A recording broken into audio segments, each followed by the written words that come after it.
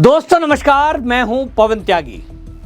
दोस्तों आजकल आम आदमी पार्टी अरविंद केजरीवाल जंतर मंतर पर कॉकरोच पार्टी का धरना प्रदर्शन करा रही है।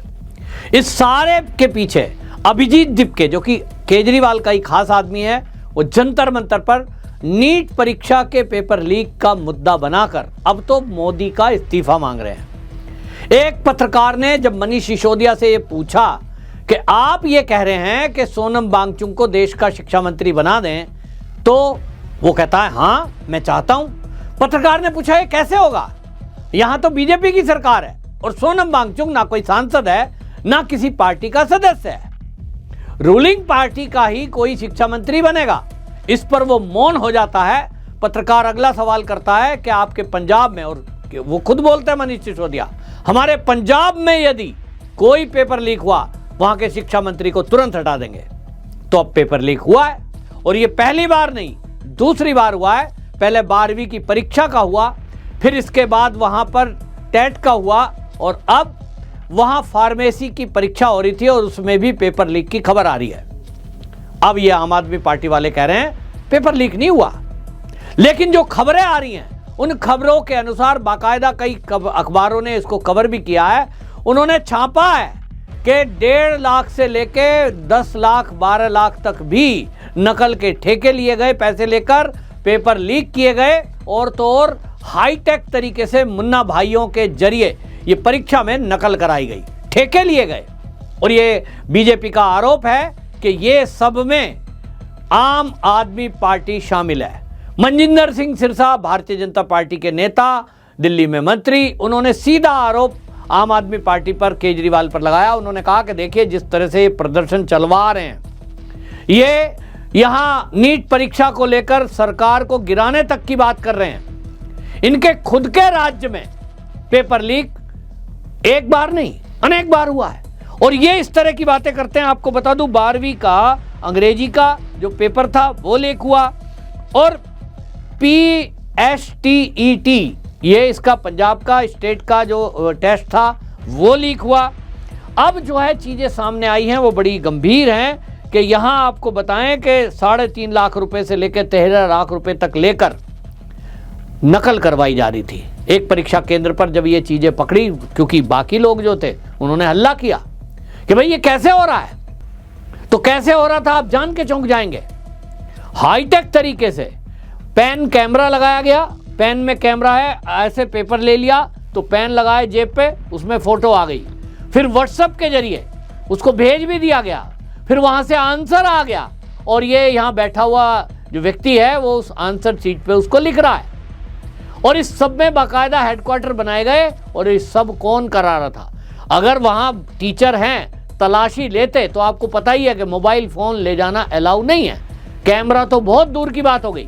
और वहां आप फोटो खींच रहे हैं, भेज रहे हैं, फिर वहां से आ रहा है, फिर उसे आप चेक करके लिख रहे हैं। इस सब के लिए ठेके दिए गए। तो सवाल उठ रहा है कि आम आदमी पार्टी जो नीट परीक्षा की बात कर रहे थे, लीक हो गया तो धर्मेंद्र प्रधान इस्तीफा दो, मोदी इस्तीफा दो, तो सवाल तो उठेगा कि भाई आप यहां इस्तीफा मांग रहे हो, आपके राज्य में जो गड़बड़ियां हो रही हैं उसके लिए जिम्मेदार कौन है?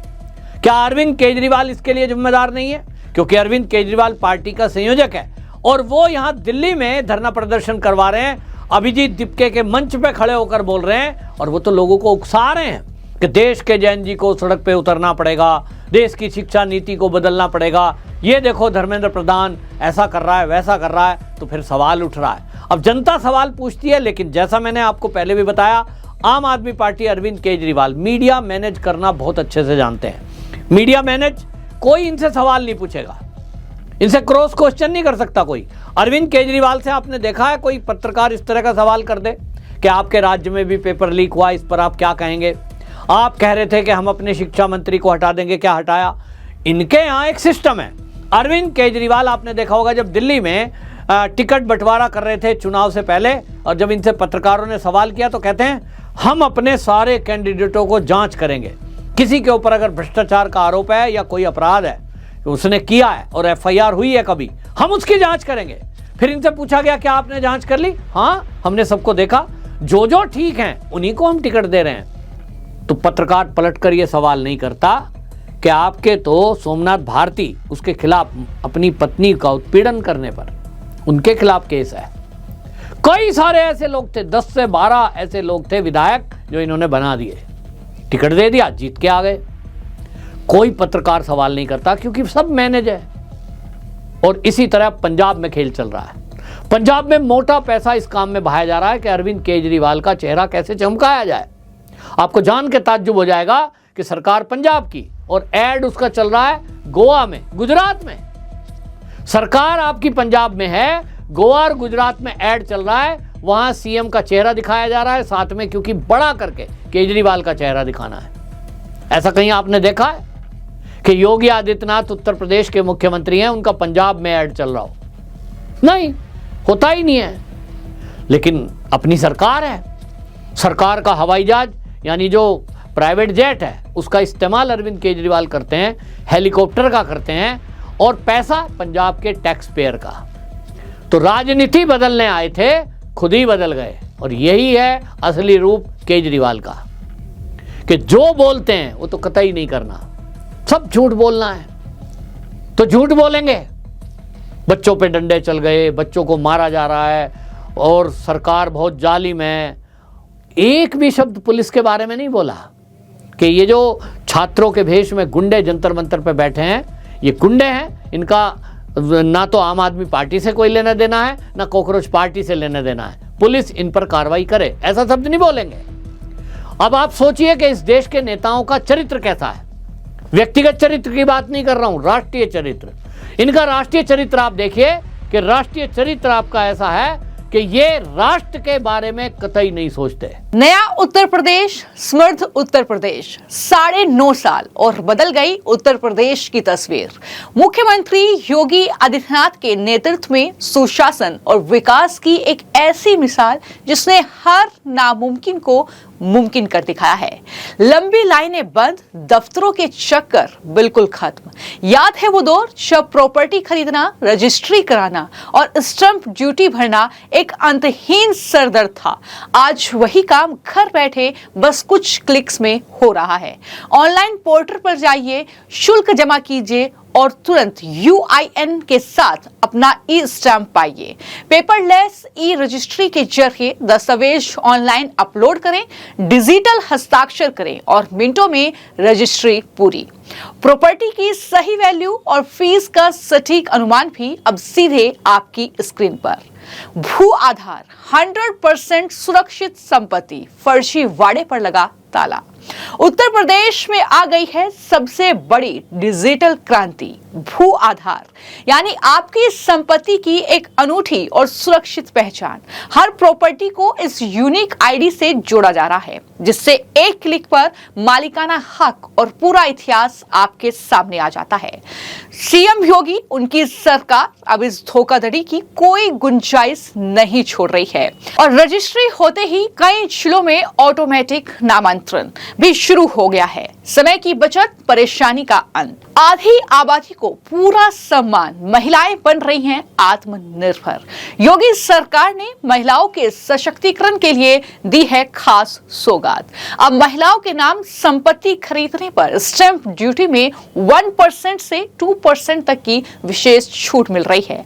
आज यूपी की महिलाएं पूरे आत्मविश्वास के साथ आत्मनिर्भर होकर अपने घर की मालिक बन रही है। न चक्कर, न भ्रष्टाचार, न देरी, सिर्फ एक क्लिक और पूरा काम। यही है योगी सरकार का अडिग वादा, क्योंकि जहां सुशासन है, विकास वही है। योगी जी के नेतृत्व में उत्तर प्रदेश में ईज ऑफ लिविंग अब सिर्फ एक शब्द नहीं, 25 करोड़ जनता की हकीकत बन चुकी है। इनके दिमाग में है कि राष्ट्र बर्बाद हो तो हो, हमें सत्ता मिल जाए, क्योंकि पैसा बटोरना है। ये देश के लिए बहुत दुर्भाग्य की बात है कि जिस तरह से आज जंतर मंतर पर ये अरविंद केजरीवाल ने दावा किया, वादा कर दिया और माइक से बोला, तुमको पुलिस से डरने की जरूरत नहीं है, तुम्हारे ऊपर कितने भी केस होंगे, हमारे वकील आएंगे, आपको छुड़ा लेंगे। सोचिए, अपराधी प्रवृत्ति के गुंडे वहां मौजूद हैं, पुलिस पर हमला कर रहे हैं, पुलिस की गाड़ियां तोड़ दी, लोगों के फोन छीने जा रहे हैं, लोगों को मारा पीटा जा रहा है, यहां तक कि लड़कियों के साथ भी अभद्रता हो रही है। और वहां एक एक्स मुख्यमंत्री खड़ा होकर यह कह रहा है, आप खुलकर अपराध करो, मैं आपको बचाऊंगा, मेरे पास बड़े वकील हैं, तो फिर कोई अपराधी रुकेगा क्या? उसको आप हौसला दे रहे हो और अपराध करेगा।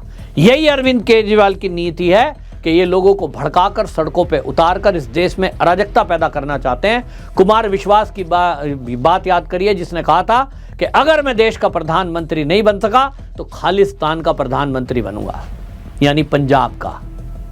तो क्या अरविंद केजरीवाल अब अपने शिक्षा मंत्री का इस्तीफा दिलाएंगे? बात तो यह है, कोई पत्रकार उसे पूछने की हिम्मत करेगा? मुद्दा यह है। आपकी इस पर क्या राय, कमेंट में जरूर लिखिए। वंदे मातरम। सरदार वल्लभ भाई पटेल रोजगार एवं औद्योगिक क्षेत्र योजना।